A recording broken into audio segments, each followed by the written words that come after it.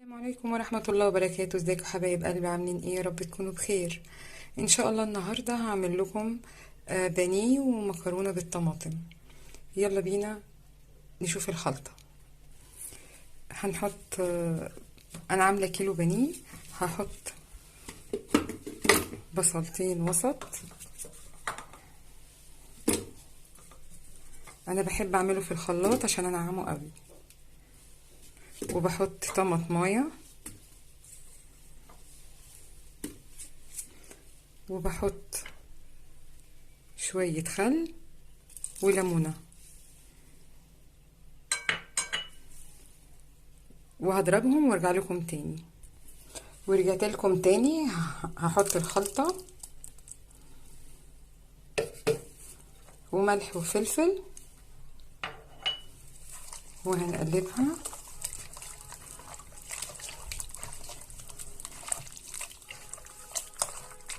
وهسيبها تتبل شوية، تتملح شوية، وعلى ما تتملح نكون عملنا المكرونة سوا. صلصة، شوية زيت، 3-4 معالق زيت، وفص توم بس. على نص كيلو مكرونة بحط فص توم، وزي ما تحبي هشوحه كده، وزي ما تحبي. عايزة تحطي توم براحتك، عايزة تحطي توم وبصل. في ناس بتعملها من غير اي حاجة.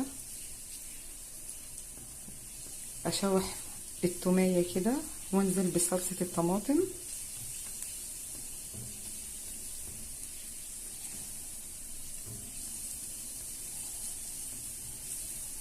يعني تتشوح كده بسيط.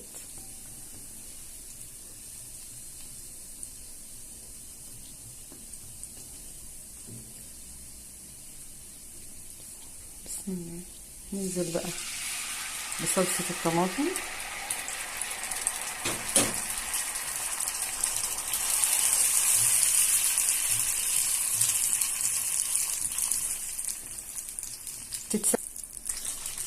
واحط برضو ملح وفلفل.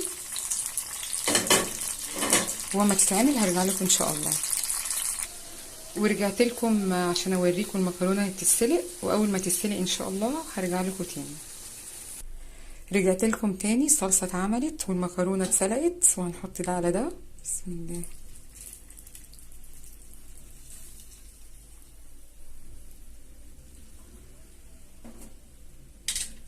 وهنقلب.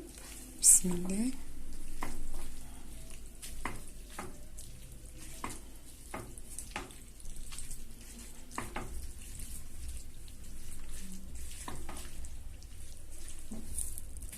وبكده المكرونه خلصت.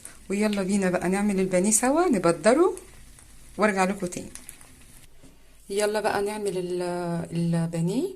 هنا طبق دقيق وعليه شويه ملح. هنا حاطه 3 بيضات وشويه فلفل وملح بسيط. وهنا الفيجيتار، حاطه كيسين فيجيتار وشويه بقسماط. يلا بقى هنعمل هنا كده.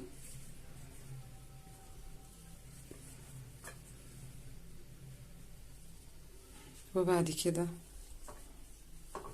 ننزل بالبيض. وبعد كده بسم الله. هنا بقى البقسماط والفيجيتار.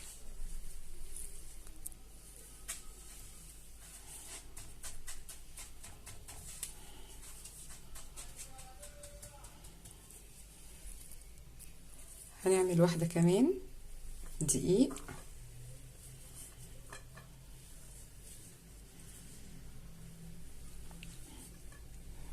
بيض ولبن.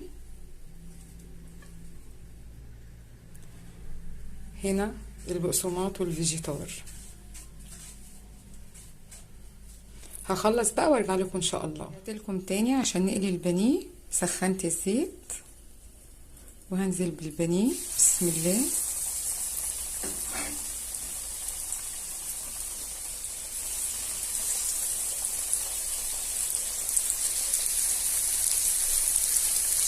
يحمر وارجع لكم.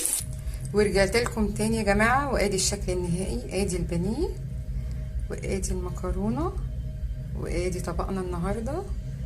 يا رب يعجبكم بقى، وبألف هنا وشفا. اتفضلوا معانا، ما تنسونيش بقى باللايك والكومنت والشير وسبسكرايب، والسلام عليكم ورحمة الله وبركاته.